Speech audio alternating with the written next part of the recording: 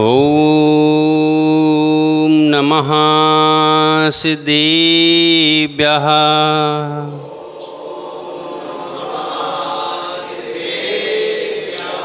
ॐ नमः सिद्धेभ्यः।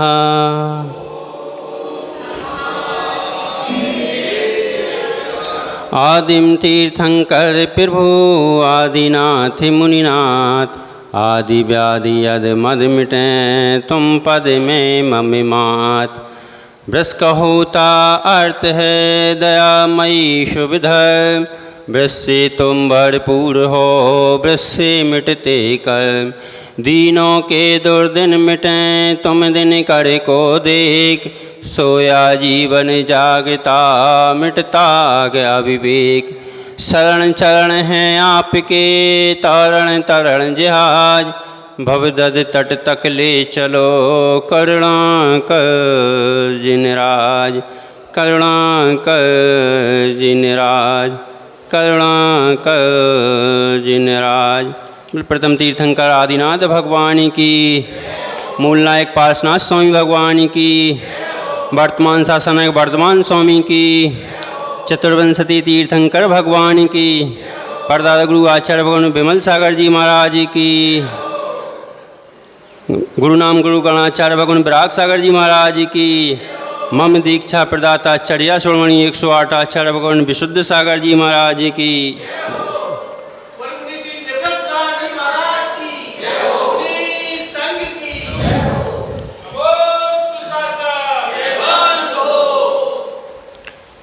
बंधुओं, चर्चा चल रही थी ज्ञान की। ज्ञान किससे अर्जित किया जाए, कैसे किया जाए। शास्त्रों का ज्ञान हो जाएगा क्या, तो शास्त्र के बिना भी क्या ज्ञान हो जाएगा।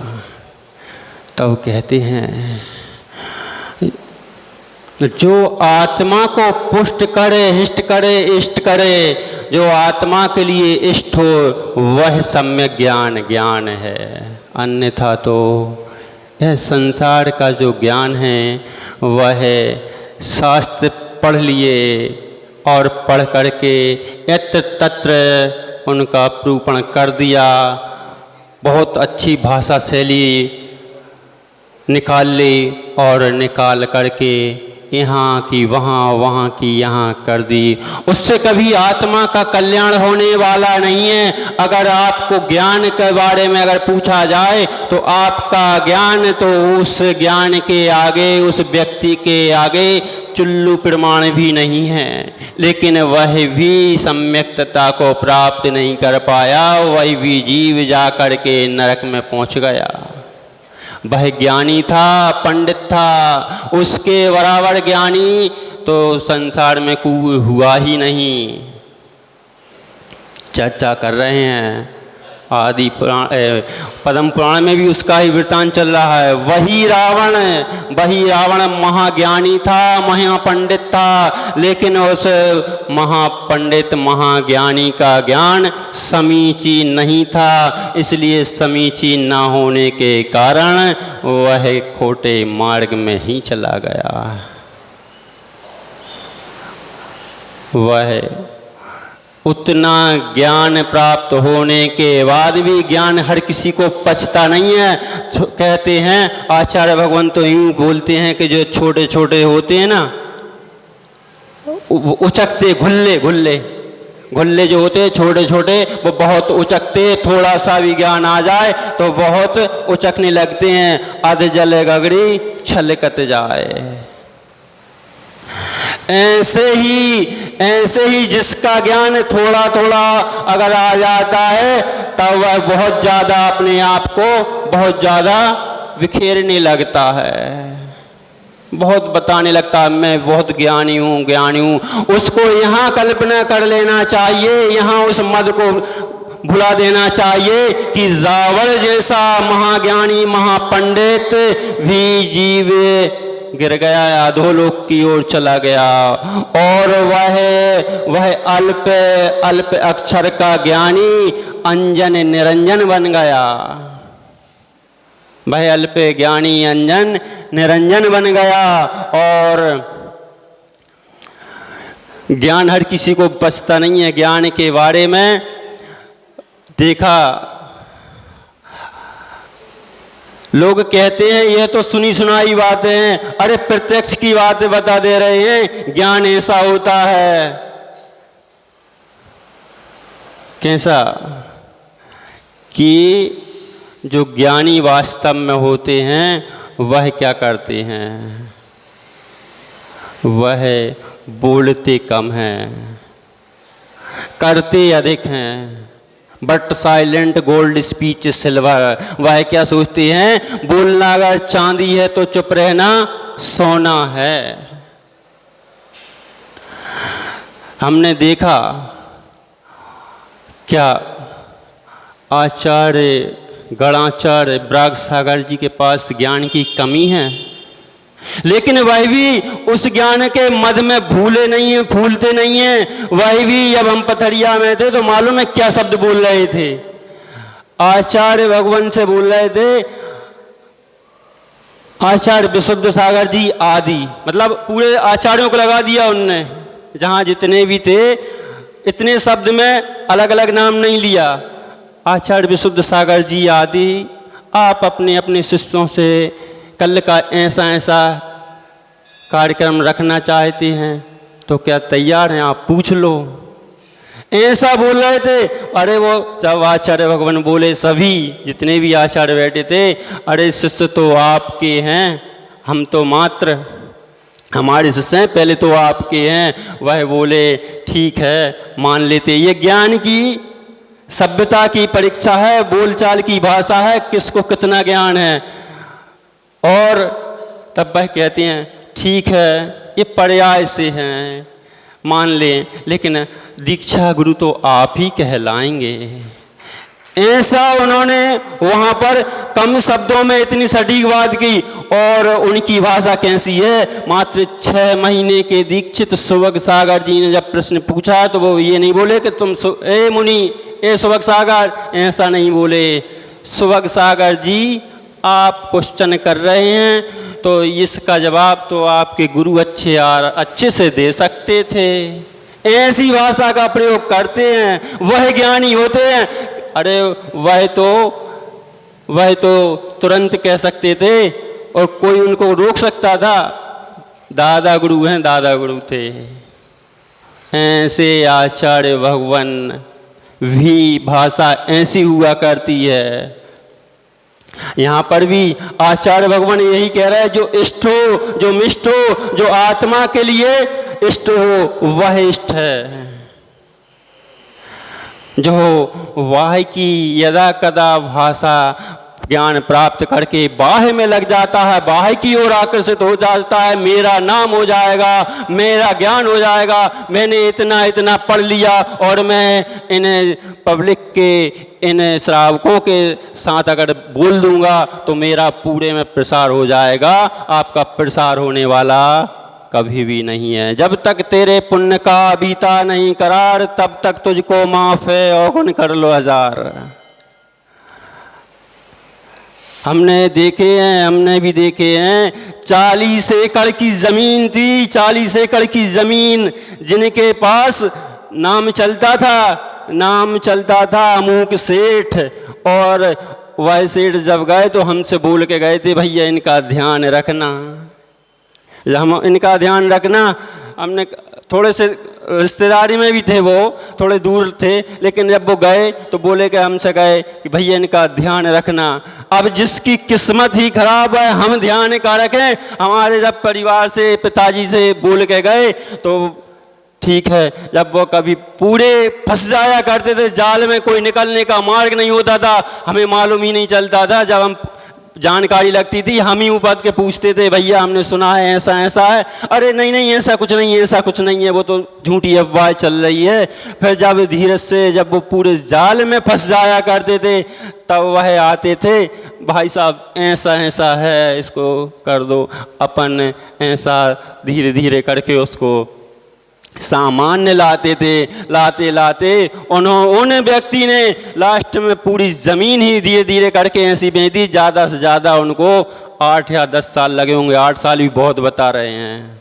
40 एकड़ की ज़मीन बेचने में आज वही जो नाम चलता था, आज वही कोई पान की गुमठी लगाए है, कोई मंदिर में पुजारी का काम कर रहा है। किस पर मद कर रहे हो, किस पर? बड़े बड़े भुजबली कंस जैसे भुजबली नहीं रहे हम, और आपकी तो विषाद ही क्या है। किस ज्ञान पर मद कर रहे हैं हम? यहाँ पर वही कह रहे हैं, जो आत्मा को पुष्ट करे, आत्मा को हृष्ट करे, वही इष्ट है, वही सम्यक है, वही समीचीन है, वही शास्त्र अध्ययन ज्ञान रूप है। वहाँ की कितना भी पढ़ लो, मात्र आत्मा देह से भिन्न है और शरीर आत्मा से भिन्न है। सत्यार्थ मात्र इतना ही है। जिसने मात्र इतना जान लिया, इतना स्वरूप प्रकट कर लिया, वही व्यक्ति दुनिया के प्रपंच को छोड़ करके और स्वयं में लीन हो जाता है। जिसने यह जान लिया छिलका अलग है, दाल अलग है, वही जीव इस मोक्ष की ओर अग्रसर हो पाता है। कल्याण मोक्ष पुरुषार्थ सिद्धि का साध्य है। यह यथार्थ में वही इष्ट है, अन्य तो सब। तब कहते हैं तो क्या शास्त्र अभ्यास नहीं करना चाहिए? बिल्कुल जरूर करना चाहिए। शास्त्र अभ्यास तो करना चाहिए, क्योंकि शास्त्र अभ्यास के द्वारा तुम्हारा मन इधर उधर भटकेगा, वह स्वयं में रमण नहीं करेगा। अगर स्वयं में रमण नहीं करेगा, पर की ओर भटकेगा, तो तुझे कर्म बंद हो जाएंगे। और उस कर्म बंदी को रोकने के लिए तू उस आत्मा को, इस देह देवालय में जो बैठी आत्मा है, उसके लिए चिंतन करेगा कि यह शरीर अलग है, यह आत्मा अलग है, यह ये बाह्य पदार्थ हैं जिनमें मेरा ममत्व जा रहा है, जिसमें मेरा राग जा रहा है, वह तो परद्रव्य मेरे को अधोगति के ओर ले जाने वाले हैं। जो कासादे के परिणाम उत्पन्न होंगे, वह नियम से नीचे की ओर ले जाएंगे। उन कासादिक परिणामों को रोकने के लिए जो जिनेंद्र भगवान के द्वारा कथित जिनवाणी हैं, उस जिनवाणी का जो स्वयं में चिंतन करेगा, स्वयं की ओर निरखेगा, स्वयं की ओर लखेगा, वही जीव आगे बढ़ करके ऊर्ध्वलोक की ओर गमन करेगा। मंगल भी इसीलिए हुआ करते हैं। मंगल की स्तुति जब 3 जगह हुआ करती है। एक कोई भी कार्य प्रारंभ करते हैं, चाहे शास्त्र अध्ययन हो, चाहे शास्त्र का वाचन हो, चाहे कोई भी कार्य हो, उसके लिए प्रथम मंगल हुआ करता है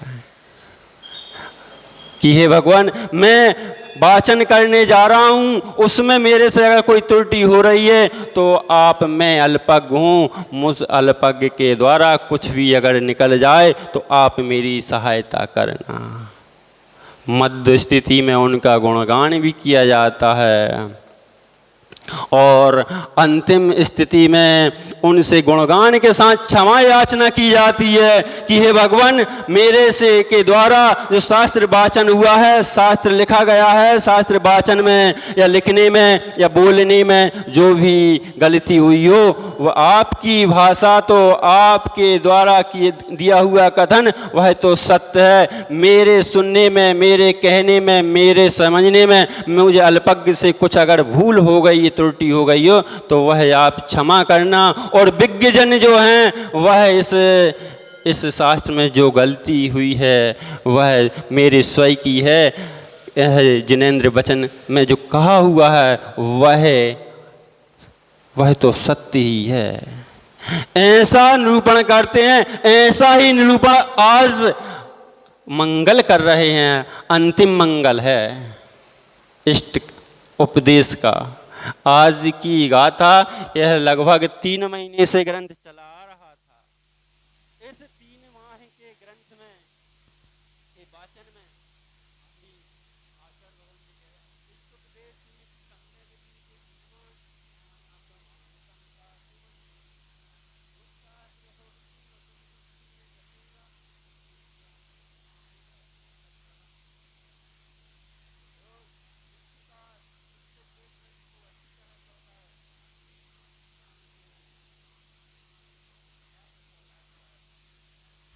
आग्रह को त्यागता हुआ गांव आदि मान अपमान आदि जो भी क्रिया हुई हैं वह सब मात्र देहजन हो जाती हैं।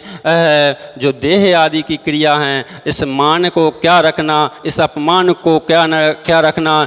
संसार अनादि से मान करता रहा है और अपमान सहता आ रहा है, सुनता रहा, और उसी मान अपमान में भूल जाता है, डूब जाता है, और उसी मान अपमान को धारण करते हुए इस संसार में भटकता रहता है। अपने को ज्ञानी मान लेता है, मैं बहुत बड़ा ज्ञानी हूँ। अरे इतने बड़े आचार्य भगवान कह रहे हैं कि कुछ भी त्रुटि हुई हो वह मेरे को क्षमा करें। ऐसे ही लगभग 3 माह से यह ग्रंथ का वाचन करते हम चले आ रहे थे। उसमें हमारे द्वारा, मुझ अल्पज्ञ के द्वारा कुछ कथन गलत निकला हो, जहाँ बाकी तो जो भगवान आचार्य पूज्यपाद स्वामी ने लिखा है वही सत्य है, वही सत्य है। उनके द्वारा, उन्होंने आप्त के द्वारा जो निकली हुई वाणी है उसको इसमें समाया है। अगर कुछ भूलवश मेरे से निकला हो तो ज्ञानी जन उस भूल को मेरी को क्षमा करें और सुधार कर यथावत करें। इन्हीं भावनाओं के साथ आचार्य भगवान पूज्यपाद स्वामी की जय हो। आचार्य भगवान विशुद्ध सागर जी महाराज की जय।